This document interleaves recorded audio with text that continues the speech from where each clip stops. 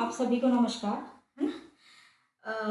जैसा कि पिछले लेक्चर में भी हमने लगभग 13 क्वेश्चन कर लिए थे। मैक्सिमम जितने क्वेश्चन आ सकते हैं मैं हर बार उतने क्वेश्चन डालने का प्रयास करती हूँ। ठीक है, अभी की भी क्लास में आपके लगभग 13 क्वेश्चन है ना। उसको हम लोग एक एक करके देख लेते हैं। जैसे पहला ही क्वेश्चन एक पूछा गया था सूची मिलाने के लिए, जिसमें सतत विकास लक्ष्य की क्रम संख्या थी और उनमें कौन से सतत विकास लक्ष्य को निर्धारित किया गया है इसके बारे में उसमें क्या था बताया गया था। ठीक है, पूछा गया था आपसे सूची मिलाने के लिए। तो सूची मिलाने के लिए एक तरफ सतत विकास लक्ष्य लिखे गए थे और उन सतत विकास लक्ष्यों में क्या क्या बातें बोली गई है ये लिखा गया था। तो जैसे कि आप देख पा रहे हैं सतत विकास लक्ष्य नंबर 10 यानी 10वां लक्ष्य क्या बोला गया था कि जो देश है, देशों के बीच जो असमानताएं है उन असमानताओं को क्या करना है, कम करना है। ये किसमें बोला गया है? SDG 10 में। इसके अलावा दूसरा पूछा था सतत विकास लक्ष्य 13 SDG 13। इसमें क्या था? जलवायु परिवर्तन जो हो रहा है उसमें क्या करना है, कमी। मतलब जलवायु परिवर्तन के संदर्भ में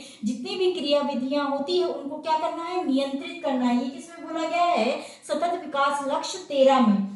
अगला क्या पूछा? सतत विकास लक्ष्य 14। सतत विकास लक्ष्य 14 में क्या बोला गया है? जल के नीचे जीवन। मतलब जो आपका जलीय क्षेत्र है जैसे सागर के, झीलों के, तालाब के, इन जलीय क्षेत्रों में प्रदूषण से, लगातार जल के प्रदूषण से जो जलीय पारिस्थितिकी तंत्र को क्या हो रही है, हानि हो रही है। अवैध खनन से, भिन्न भिन्न प्रकार की क्रियाओं से जो जलीय पारिस्थितिकी तंत्र को हानि हो रही है उसका क्या करना है, संरक्षण करना है। ठीक है, और एक था आपका SDG 15 जिस पर आपके ऑप्शन में था भूमि पर जीवन। यानी कि पूरा आप जब सेंटेंस पढ़ेंगे तो उसमें मिलेगा आपको कि जो स्थलीय परितंत्र है उसको हो रहे नुकसान की क्या करना है, रक्षा करना है और उनका पुनर्निर्माण करना है। ये बात किसमें बोली गई है? SDG 15। चूंकि यहाँ से लगातार साल दर साल आपसे क्वेश्चन पूछे जा रहे हैं तो मैं आपको यहाँ पे सारे 17 सतत विकास लक्ष्य एकदम शॉर्ट तरीके से आपको एकदम फटाफट याद हो जाएंगे। ज्यादा उतने लंबे लंबे पढ़ने की आवश्यकता भी नहीं होगी। देखना फटाफट, ये चार तो समझ में आ गए।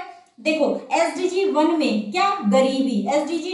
SDG 1 में सतत विकास लक्ष्य 1 में गरीबी को हटाना है। दूसरा भूख को कम करना है। तीसरे में स्वास्थ्य सुरक्षा। चौथे में शिक्षा। पांचवे में लैंगिक असमानता। छठे में पानी मतलब पानी की उपलब्धता, स्वच्छ पानी की उपलब्धता। सातवें में ऊर्जा। आठवें में आर्थिक विकास, रोजगार। 9वें में औद्योगिकीकरण। ठीक है, 10 तो यहाँ है देशों के बीच असमानता में कमी। 11 में सुरक्षित शहर। 13 में जलवायु परिवर्तन। 14 में जलीय परिस्थितिकी तंत्र का संरक्षण। 15 में भूमि पर जीवन यानी स्थलीय परिस्थितिकी तंत्र का संरक्षण। 16 में शांतिपूर्ण समावेशी समितियों का विकास। 17 में वैश्विक भागीदारी। तो ऐसे करके जब आप एक एक वर्ड लिख लेंगे तो आपको अगर यहाँ से क्वेश्चन आते हैं तो आपको आसानी से बन जाएंगे। ठीक है, 2 क्वेश्चन यहाँ से मिल चुके हैं मात्र एक ही साल के पेपर को सॉल्व करते समय। ठीक है, तो याद रखिएगा ये रिपीटेड होते हैं ये वाला पोर्शन, तो ये इंपॉर्टेंट है। अगला पूछा था केबुल लामजाओ राष्ट्रीय उद्यान कहाँ पर है? तो ये आपको पता है, सभी को पता होगा, मणिपुर में है। किस झील में है? तो लोकटक झील में एकमात्र तैरता हुआ राष्ट्रीय उद्यान। क्या नाम है? केबुल लामजाओ। कहाँ पर? मणिपुर में लोकटक झील में। ठीक है, अगला पूछा था नदी घाटी बेसिन में सबसे बड़ा बेसिन किसका है? ठीक है, और उसमें थी महानदी और अंत में और उसमें थे नर्मदा, ताप्ती, है ना, इन सबको रखा गया था। अब मैं आपको बता दूं कि नदी घाटी जो बेसिन है एक तरीके से ये क्या पूछा गया है, द्रोणी के ही बारे में। तो सबसे पहले आप देखेंगे नदी घाटी बेसिन या नदी घाटी द्रोणी में तो सबसे बड़ी द्रोणी है गंगा की, फिर दूसरे नंबर पर है सिंधु की, फिर तीसरे नंबर पर है गोदावरी की, फिर चौथे नंबर पर है कृष्णा की, फिर पांचवें नंबर पर है ब्रह्मपुत्र की और फिर छठे नंबर पर है महानदी की। बाकी महानदी के बाद और जो आपकी छोटी है जैसे नर्मदा हो गई, इन सब की द्रोणियां सम्मिलित होती है। ठीक है, द्रोणी या बेसिन मतलब ये कि जो आपकी नदी है उस नदी में कहां से, दक्षिण से, उत्तर से, दाएं से, बाएं से, जहां से भी नदियां आकर के सम्मिलित हो रही है उनकी सहायक नदियों को मिला करके संपूर्ण जो क्षेत्र होता है उसी को क्या कहा जाता है, नदी बेसिन या नदी द्रोणी कहा जाता है। ठीक है, तो उसी परिपेक्ष में ये क्वेश्चन क्या था आपसे पूछा गया था, है ना। तो इसमें क्या आ जाती है आपकी, महानदी आ जाती है। अगला एक यूपी स्पेशल के संदर्भ में था, यूपी में जो बांध है उनके बारे में आपसे क्या था, पूछा गया था। अब ये जो बांध है, जैसे कि एक अहरौरा बांध है, ये कहाँ पर है, मिर्जापुर में। एक अडवा बांध है, ये भी कहाँ पर है, यूपी के मिर्जापुर में। बघेलखंड में, आप बघेलखंड बांध बलरामपुर में, और बदुआ बांध आपका कहाँ था, बांका में। तो ये यूपी स्पेशल के संदर्भ में पूछा गया था, ठीक है। इसके बाद यहाँ से शुरू होती है आपकी कहानी 2021 के पेपर की। 2021 के पेपर में आप क्वेश्चन देखेंगे, कथन कारण के तौर पर पूछा गया है। कौन सा क्वेश्चन था, कथन ए में पूछा गया था, तीस्ता नदी पहले गंगा की सहायक थी, आजकल वह ब्रह्मपुत्र की सहायक है। बिल्कुल सही बात, सेंटेंस तो सही बोल रहा है। दूसरा कारण क्या दिया कि ये ऐसा है, तो इसका कारण क्या है कि नदी अपहरण हिमालय की नदियों का प्रमुख गुण है। बिल्कुल, जब आप पढ़ेंगे हिमालय की नदियां और प्रायद्वीपीय नदियों में अंतर पढ़ेंगे, तो उसमें एक अंतर आप पाएंगे कि जो हिमालय की नदियां हैं, इनकी क्या विशेषता है कि ये नदी अपहरण करती है। कैसे, क्योंकि हिमालय की नदियों में बाढ़ आती है, अचानक बाढ़ के आने से कई बार नदियों की दिशाएं क्या हो जाती है, बदल जाती है। कोई नदी किसी के साथ मिलकर बह रही थी, तो वो किसी दूसरी नदी में क्या हो जाती है, जा मिलती है। तो तीस्ता नदी के पहले गंगा में ही मिलती थी, लेकिन एक बाढ़ आई 1700 के आसपास, एक बाढ़ आई, और उस बाढ़ की वजह से तीस्ता नदी अब जाकर के कहाँ मिलने लग गई, ब्रह्मपुत्र में मिलने लग गई, ठीक है। तो बिल्कुल जो आपकी हिमालयी नदियां हैं, इनका एक सर्वप्रमुख गुण होता है, क्या होता है कि नदियों का अपहरण, ठीक है। तो यहाँ पर ये वाला आपका ए और आर दोनों सही था, और आर इसकी क्या करता था, सही व्याख्या करता था। ये वाला आपका ऐसे होता। अगला आपसे पूछा गया था कि कौन कौन सी चोटी किस राज्य की सर्वोच्च चोटी है, ठीक है। इन्हीं का क्या करना था, आपको मिलान करना था। तो तमिलनाडु में दोदामेटा जो आपकी नीलगिरी है, उसकी सर्वोच्च चोटी है। दूसरी ऊंची चोटी है नीलगिरी की माकुर्ती। तो पहली क्या है, दोदामेटा, दूसरी क्या है, माकुर्ती। ये कहां पर है, नीलगिरी में, ठीक है। अगला पूछा गया राजस्थान गुरु शिखर अरावली, ठीक है, सबसे ऊंची चोटी है राजस्थान की। अगला था नागालैंड की सारामती, जो नागा श्रेणी है उसकी सर्वोच्च चोटी क्या है, सारामती, नागालैंड में स्थित है। अगला पूछा था मध्य प्रदेश में जो सतपुड़ा हिल्स है, उसकी सबसे ऊंची चोटी क्या है, धूपगढ़। तो ये आपका क्वेश्चन था, ये रिपीट होते रहते हैं लगातार, ठीक है, याद रखना। अगला, भारतवर्ष में खारे पानी की सबसे बड़ी झील, ठीक है, क्या पूछ रहा है, भारतवर्ष में खारे पानी की सबसे बड़ी झील। यहाँ पे थोड़ा डाउटेबल है, डाउटेबल इसलिए है कि आयोग ने इसका उत्तर क्या माना है, सांभर। लेकिन देखा जाए वास्तविक तौर पर तो भारत में खारे पानी की सबसे बड़ी झील है आपकी चिल्का झील, और जो सांभर है वो अंतःस्थलीय खारे पानी की झील है, ठीक है। और इस पे आंसर जो होना चाहिए था वो चिल्का होना चाहिए था, लेकिन आयोग ने क्या माना है, सांभर। तो अब आपको भी क्या मानना है, सांभर, ठीक है, सांभर। अब जब भी क्वेश्चन ये रिपीट होगा तो आंसर क्या मानेंगे, सांभर। अगर सांभर नहीं है ऑप्शन में तो फिर आप चिल्का को मानिएगा, लेकिन अगर चिल्का सांभर दोनों है तो अब आप किसको मानेंगे, सांभर को, ठीक है, याद रखिएगा। अगला जो है वो था भारतीय गंगा नदी, भारत में गंगा नदी का बेसिन नहीं है, मतलब कौन इसके बेसिन में शामिल नहीं है। तो जो नदियां इसकी सहायक होगी वो इसके बेसिन का क्या होगी, हिस्सा होगी।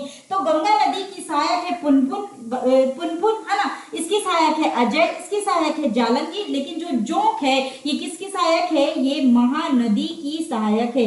जोंक नदी किसकी सहायक है, महानदी की सहायक है। तो सीधा सीधा उत्तर यहाँ पे दिख रहा है आपको, डी, गंगा की बेसिन में शामिल नहीं है, ठीक है। अगला है भारत के पूर्वी तट पर स्थित सबसे बड़ी लैगून झील, भारत के पूर्वी तट पर स्थित सबसे बड़ी लैगून झील। चूंकि इसका क्वेश्चन ऊपर के ही क्वेश्चन से आपका क्या हो जाएगा, सही हो जाएगा। ये यहाँ क्या पूछा, भारतवर्ष में खारे पानी की सबसे बड़ी झील, चूंकि चिल्का ही है तो स्वाभाविक तौर पर पूर्वी तट पर भी सबसे बड़ी झील कौन सी होगी, चिल्का। तो यहाँ पर भी इसका सीधा सा उत्तर था कि भारत में पूर्वी तट पर स्थित सबसे बड़ी लैगून झील कौन सी है, चिल्का झील। ये उड़ीसा के पुरी, खुर्दा और गंजाम जिलों में फैली हुई है। कहाँ पर, उड़ीसा के पुरी, खुर्दा और गंजाम जिलों में फैली हुई है, ठीक है। इसके अलावा आप देखेंगे कि जो आपकी पुलिकट झील है ये आंध्र प्रदेश और तमिलनाडु में फैली है। किली वैली जो झील है ये तमिलनाडु में है, और जो कलेरू झील है ये आपकी कहाँ पर है, आंध्र प्रदेश में। ठीक है, तो इनके राज्यों की स्थिति भी याद रखिएगा, क्योंकि कई बार सीधे सीधे सिंगल वे में ये क्वेश्चन आपसे पूछ लेगा, कभी कोलेरू को पूछ लेगा, कभी पुलिकट को पूछ लेगा, तो ये क्वेश्चन आपके हमेशा पूछे जाते हैं। ठीक है, ये वाला हो गया। अगला है आपके जलप्रपात पूछे गए थे। जलप्रपात में क्या पूछा गया था कि जो हुंड्रू जलप्रपात है वो किस पर है, आपका स्वर्ण रेखा, यहाँ जोड़ी युग्म मिलाने के लिए आपसे पूछा गया था। ठीक है, तो जो हुंड्रू जलप्रपात है ये स्वर्ण रेखा नदी पर, कहां पर, झारखंड में। चचाई जलप्रपात ये कहां पर है, बीहड़ नदी पर, बीहड़ मध्य प्रदेश के रीवा में बहने वाली एक नदी। ठीक है, धुआंधार नर्मदा नदी पर जबलपुर में, और बूढ़ा गाग यहाँ पे कांची नदी दिया था, कांची नदी नहीं है, बूढ़ा गाग जलप्रपात बूढ़ी नदी पर, कहां पर है, झारखंड में। बूढ़ा गाग जलप्रपात बूढ़ी नदी पर झारखंड में स्थित है। ठीक है, तो ये आपका हो जाएगा। तो ये भी आप लोग क्या रखेंगे याद, ये भी घूम फिर के पूछे जाते लगातार। अगला है भारत के उत्तर पश्चिम भाग में शीत ऋतु में वर्षा का क्या कारण है, ये मैंने आपको कई बार बताया है। इसका कारण क्या है, पश्चिमी विक्षोभ। ठीक है, इसका उत्तर था पश्चिमी विक्षोभ। अगला जो आपसे पूछा गया था, ये जो निगम संस्थाएं हैं ये किस देश में इनका मुख्यालय, किस जगह पर इनका मुख्यालय है, इसके बारे में आपसे पूछा गया था। पहला क्या था, तेल एवं प्राकृतिक गैस का मुख्यालय कहां पर है, तो नई दिल्ली में। याद रखिएगा, ये भी रिपीट होते रहते हैं। क्या, तेल एवं प्राकृतिक गैस का मुख्यालय कहां पर है, नई दिल्ली में। खनिज अन्वेषण निगम लिमिटेड, ये ना जाने 6-7 बार पूछ चुका है, कहां पर है, नागपुर में। राष्ट्रीय खनिज विकास निगम कहां पर है, हैदराबाद में। याद रखना, खनिज अन्वेषण निगम लिमिटेड नागपुर में, राष्ट्रीय खनिज विकास निगम कहां पर, हैदराबाद में। राष्ट्रीय एल्यूमिनियम कंपनी लिमिटेड कहां पर, भुवनेश्वर में। ठीक है, तो ये रिपीट होते रहते हैं, याद रखिएगा। एक बार फिर से, तेल एवं प्राकृतिक गैस नई दिल्ली, खनिज अन्वेषण निगम लिमिटेड नागपुर, राष्ट्रीय खनिज विकास लिमिटेड हैदराबाद, राष्ट्रीय एल्यूमिनियम कंपनी लिमिटेड भुवनेश्वर। ठीक है, याद रहेगा, याद रखना। अगला पूछा था एनटीपीसी का जो सिंगरौली ताप विद्युत ग्रह है उसके संदर्भ में 2 कथन दिए थे, वे बताना था उन कथनों में से कौन सा सही है। तो एनटीपीसी की सिंगरौली ताप विद्युत ग्रह के कथन के संदर्भ में उन्होंने एक कथन ये लिखा था कि यह छत्तीसगढ़ राज्य के उत्तरी भाग में स्थित है। दूसरा कथन इन्होंने दिया था कि एनटीपीसी की सबसे पुरानी इकाई है। फिर केवल एक सही है, केवल 2 सही है, कि 1 और 2 दोनों सही है, ना तो 1 सही है ना तो 2 सही है। ऐसे आपके सामने क्या रखे थे, ऑप्शन। तो यहाँ पर मैं आपको बता दूं कि जो ये एनटीपीसी की सिंगरौली ताप विद्युत ग्रह है ये छत्तीसगढ़ में स्थित नहीं है, बल्कि कहां पर है, ये मध्य प्रदेश के सीधी और उत्तर प्रदेश के सोनभद्र में विस्तारित है। सिंगरौली जो ताप विद्युत ग्रह है एनटीपीसी का मध्य प्रदेश के सीधी और उत्तर प्रदेश के सोनभद्र जिलों में विस्तारित है। स्थापना कब हुई थी, 1977 में। ये सबसे पुरानी है, ये बात सही है कि एनटीपीसी की सबसे पुरानी इकाई है, बिल्कुल सही है, लेकिन ये छत्तीसगढ़ में स्थित नहीं है बल्कि मध्य प्रदेश और उत्तर प्रदेश में स्थित है। ठीक है, इसके अलावा इन्हीं क्षेत्रों में एक विंध्याचल रिहंद, यूपी एमपी में विंध्याचल रिहंद भी यहाँ पे एनटीपीसी की इकाइयां हैं, ताप विद्युत परियोजनाएं हैं जो संचालित हो रही है। ठीक है, तो ये थे आपके आज के कुल 13 क्वेश्चन। ऐसे ही अगले क्वेश्चन के साथ हम लोग अगले वीडियो में उपस्थित होंगे। कैसा लगा आपको, अच्छा लगा हो तो लाइक अवश्य करिएगा और अपने आसपास के लोगों को भी शेयर करिएगा ताकि उनको भी ये चीजें, ये प्रयास समझ में आए, उन लोगों को भी लाभ मिले। तो आप करिएगा और आपको कोई समस्या, कोई प्रॉब्लम हो तो आप कमेंट बॉक्स में लिखिएगा। ठीक है, चलिए आज के लिए बस इतना ही।